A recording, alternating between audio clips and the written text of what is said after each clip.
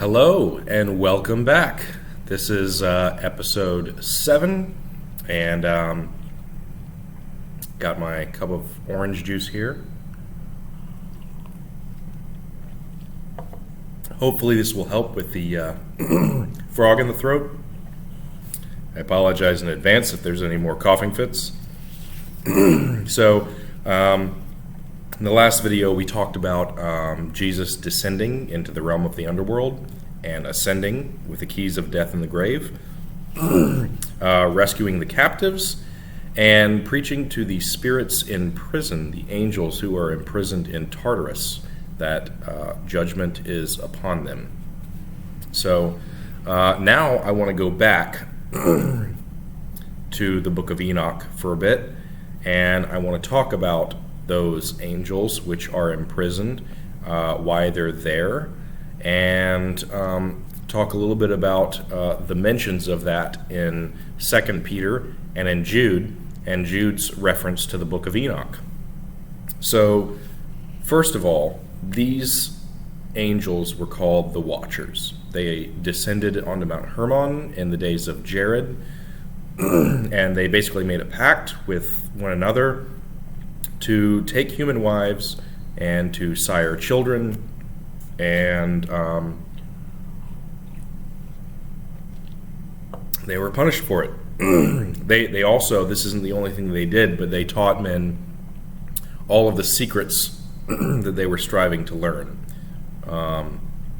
about warfare and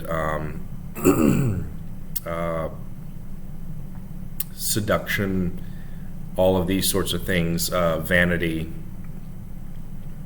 the making of weapons and armor and all of this sort of thing, introducing the weights and measures and all these sorts of things that mankind didn't need to know, but the angels taught them anyways.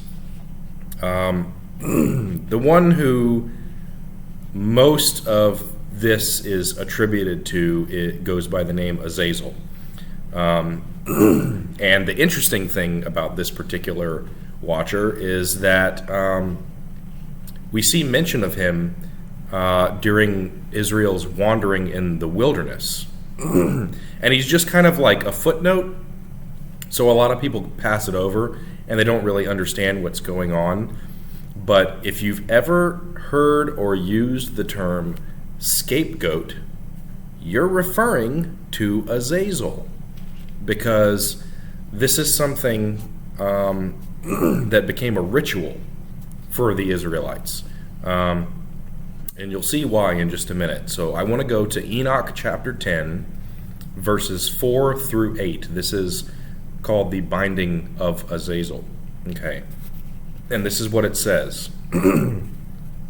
And again the Lord said to Raphael, the archangel, bind Azazel hand and foot, and cast him into the darkness, and make an opening in the desert which is in Dudael, and cast him therein, and place upon him rough and jagged rocks, and cover him with darkness, and let him abide there forever, and cover his face that he may not see light, and on the day of the great judgment he shall be cast into fire, and heal the earth which the angels have corrupted, and proclaim the healing of the earth, that they may heal the plague, and that all the children of men may not perish through all the secret things that the watchers have disclosed and taught to their sons. Okay, so there's another verse in there that when they're talking about Azazel, the Lord says to the angels, ascribe to him all sin. Okay, so in this account of the Watchers and them wreaking destruction on the earth and causing chaos, Azazel is given the brunt of the sin and the brunt of the punishment. So this became kind of a ritual for the Israelites when they were wandering in the wilderness. And what they would do is that they would have, an offering. They would take two 2 goats or 2 rams, and they would take one. They would cast lots, and the lots that fell on one, they would sacrifice to the Lord, and the other one, they would ritualistically place their sins on this goat, and they would send it off into the wilderness, into the desert, for Azazel.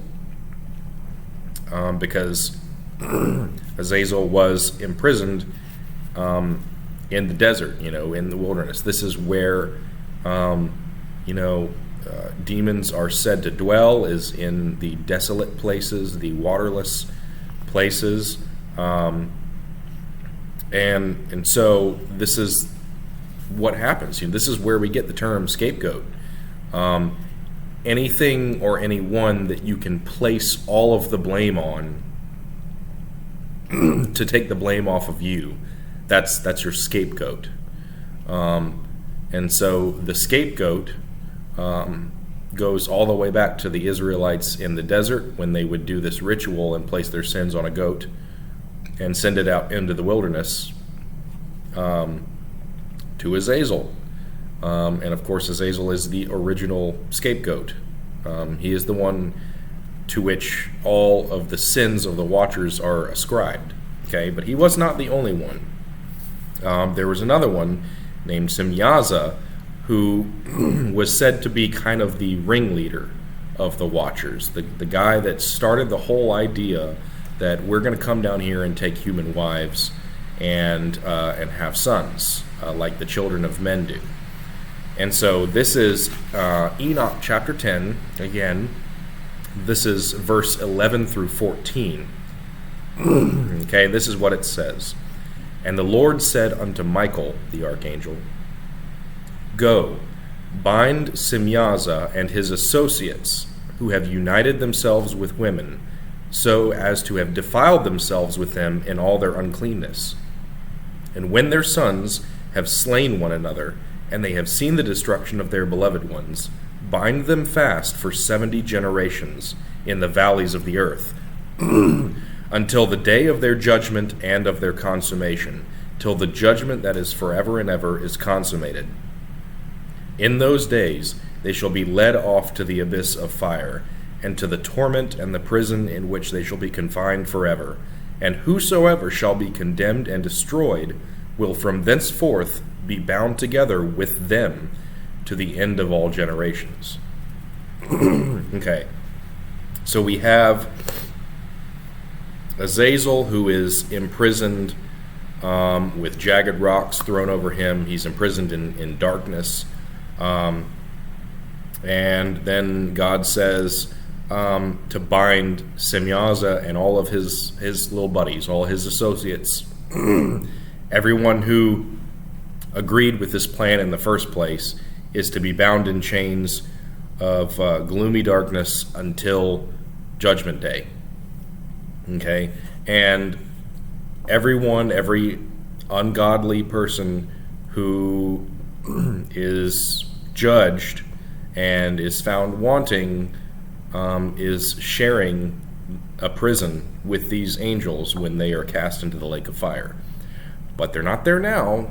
They're in Tartarus. They are in a place that is historically believed to be as far below hell as earth is below heaven. So, pretty far. So when we're talking about Tartarus, we're talking about a special prison reserved just for supernatural powers that are a danger to earth, to the world of men. Okay, now, Enoch chapter 12. This is from verse 4 in chapter 12. This is what it says. Enoch, thou scribe of righteousness, go, declare to the watchers of heaven, who have left the high heaven, the holy eternal place, and have defiled themselves with women, and have done as the children of earth do, and have taken unto themselves wives. Ye have wrought great destruction on the earth. Okay, so here in Enoch, it's saying that these angels, they kept not their first estate. They left their own habitation, and not only did they leave their heavenly habitation, but they left their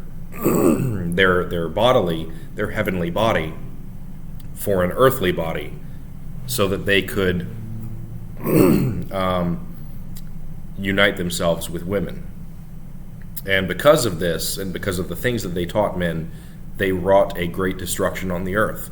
This is where all of the the chaos and the bloodshed and the lawlessness that is described in Genesis during the time of Noah is coming from.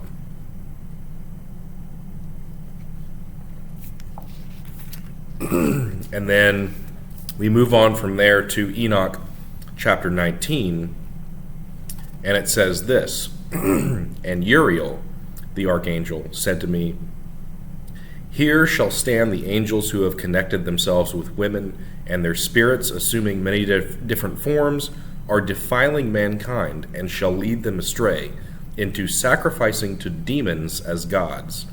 Here shall they stand till the day of the great judgment, in which they shall be judged till they are made an end of." So, at this point, Enoch is being taken on a tour, kind of the heavens and the earth. And all of these angels are showing him different things. And he sees the prison of the angels. And so, through all of these verses, there's one thing that's certain, is that these angels are imprisoned here in Tartarus until Judgment Day. So until Jesus returns, that's where they are, and that's where they're going to stay. After Jesus returns, they're going to be brought out, and they are going to be cast into the lake of fire with the beast, the false prophet, and the dragon, Satan. So this is where they are until that time. So you remember, the demons, their offspring, and their spirits are still on the earth. They are cursed to roam the earth until Judgment Day. So when Jesus is casting out the demons in Gadara, the demons inside of the demoniac say, "Have you come to torment us before the appointed time?" This is what they're talking about. The appointed time is Judgment Day. So the demons might be allowed to roam around, but the angels are in prison in Tartarus. Okay. So that's what the book of Enoch says. Now I know a lot of people will be like, okay, but what does the Bible say about it? Okay. Well, we've already confirmed that the Bible says that the Watchers were a thing in Genesis chapter 6. Like, the sons of God saw the daughters of men were beautiful. They took for themselves wives, all of whom they chose, and they bore, they sired great giants. Giants were on the earth in those days and also after that, and that these were the mighty men who were of old, men of renown. So we know that Genesis chapter 6 definitely talks about the Watchers, and it talks about them uniting with the women, and it talks about the women giving birth to the Nephilim, the giants. And then Enoch talks about when these giants die, they become demonic spirits, and we see Jesus casting out demonic spirits during his work. So, but what do we have for more proof that everything that we're reading here in the book of Enoch is the real deal? Well, then we've got to move into 2 Peter. So 2 Peter chapter 2, verses 4 through 10. This is what it says there, okay? Quote, "For if God did not spare the angels when they sinned, but cast them into Tartarus," there's that word again, and committed them to chains of gloomy darkness to be kept until the judgment.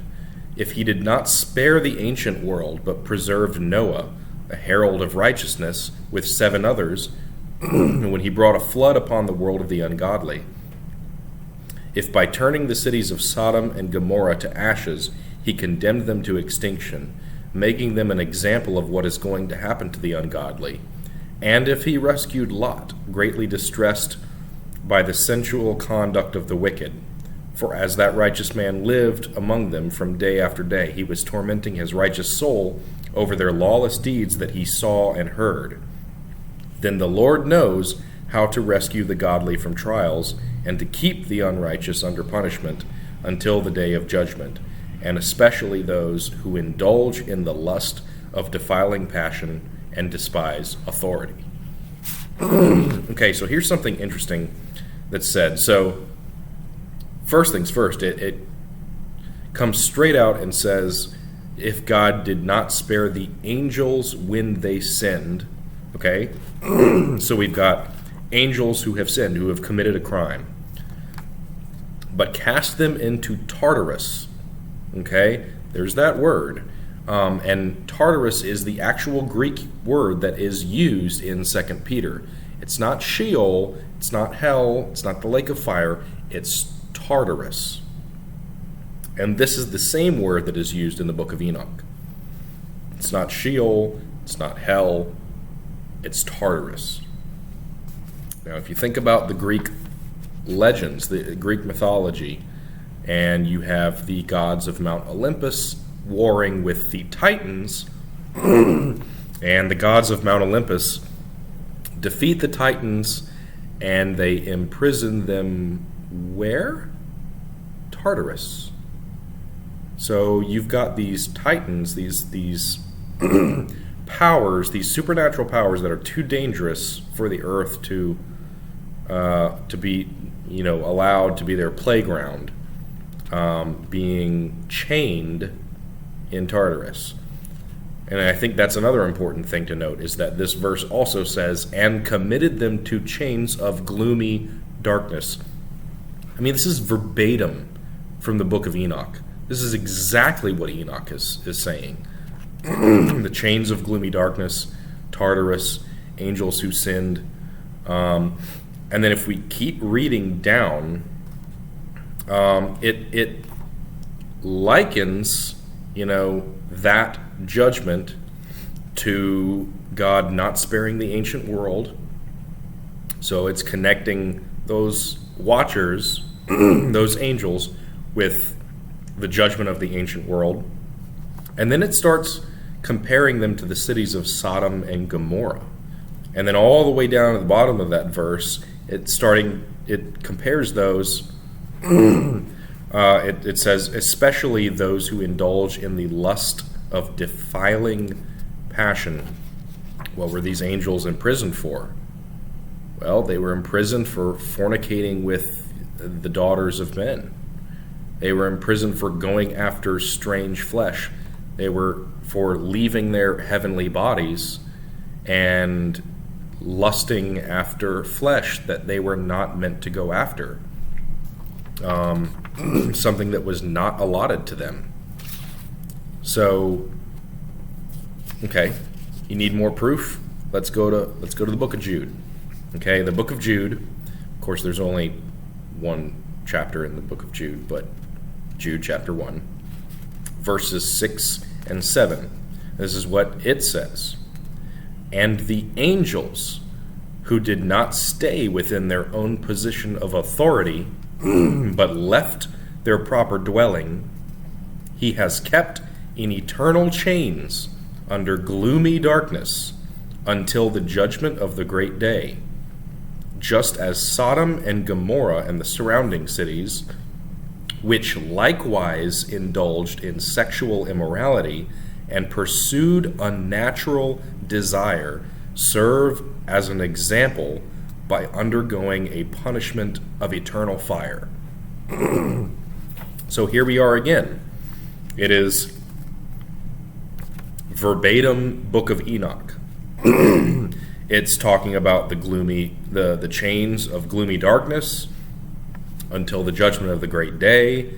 The angels who didn't stay in their own habitation left their proper dwelling, and it likens their sin to that of Sodom and Gomorrah, of sexual immorality, of unnatural desire, and undergoing a punishment of eternal fire. So this is what we're talking about, like a lot of people, I'm assuming, will read this, and at first they're thinking, okay, this is just talking generally about fallen angels and all who followed Satan, when he fell from heaven. Yes, I mean, in theory, but it's talking about a certain set of fallen angels, as 2 Peter alludes to. It's talking about the ones who are in Tartarus, because not all fallen angels are imprisoned. I want to make that very, very clear. And we know this because Michael and Gabriel are doing battle with fallen angels in the Old Testament. Gabriel is Gabriel's trying to get to one of the prophets, but he can't because he's detained, because he's in a battle against the Prince of Persia. And it lasts for like 21 days. And so he's telling us, hey, I've been meaning to get to you, but I've been battling the Prince of Persia for 21 days. And let me tell you, this is not an earthly prince. This is a supernatural power that is governing Persia at this time, that has a supernatural hold over Persia. And the only reason that Gabriel is able to get away is because Michael shows up to help him. Like, a powerful angel is battling the Prince of Persia and can't get away, so he's got to call Michael for reinforcements, and then Michael shows up and tags out, and Gabriel goes off to do this one little errand. He's like, Michael, I'm coming back, dude. I just got to go run this errand. I'll be right back to help you out. And so Michael and the Prince of Persia are fighting, and Gabriel's doing his job. He's delivering his message to the prophet. and then he says, hey, I got to get back now because, Michael's battling the Prince of Persia for me. I got to get back in there and help him out because we just found out that the Prince of Greece is now coming. So you've got another supernatural power controlling Greece. And so this Prince of Greece and this Prince of Persia, actually, it'd probably be more accurate to call them principalities. The Principality of Persia and the Principality of Greece are battling Michael and Gabriel. So it's this 2-on-2 battle that's going on in the unseen realm. So this is what it means when it's talking to us about, we wrestle not against flesh and blood, but against powers and principalities and rulers of darkness and spiritual wickedness in high places. Not all fallen angels are imprisoned in Tartarus. There are many, many, many, many, many that are out there right now. Some of them could be in this very room trying to put the frog in my throat so that I can't do this video correctly, okay? There's powers and principalities out there that want to stop the gospel from being shared, and that want God's plan to be halted and his people to be cut off. They're out there. So, Satan is not, in hell right now. All of these fallen angels that fell with him are not in hell right now. That's reserved for Judgment Day. Okay? But there are certain fallen angels, known as the Watchers, who are imprisoned in Tartarus. And when that bottomless pit gets opened up, there's a can of worms that's just ready to be opened up. But we're going to talk about that later when we get into part 1 and part 2 of Revelation. So the last thing I want to talk about, just one last little quote. It's also from the book of Jude, Jude chapter 1, verses 14 and 15. This is what it says. It was also about these that Enoch, the seventh from Adam, prophesied, saying, Behold, the Lord comes with 10,000s of his holy ones to execute judgment on all, and to convict all the ungodly of all their deeds of ungodliness that they have committed in such an ungodly way, and of all the harsh things that ungodly sinners have spoken against him. Okay, so right here, Jude is just flat out quoting Enoch. And this is literally the first chapter of Enoch. When you're beginning to read the book, these words are in there verbatim. So we know that Jude is familiar with Enoch. We know that Peter was familiar with Enoch.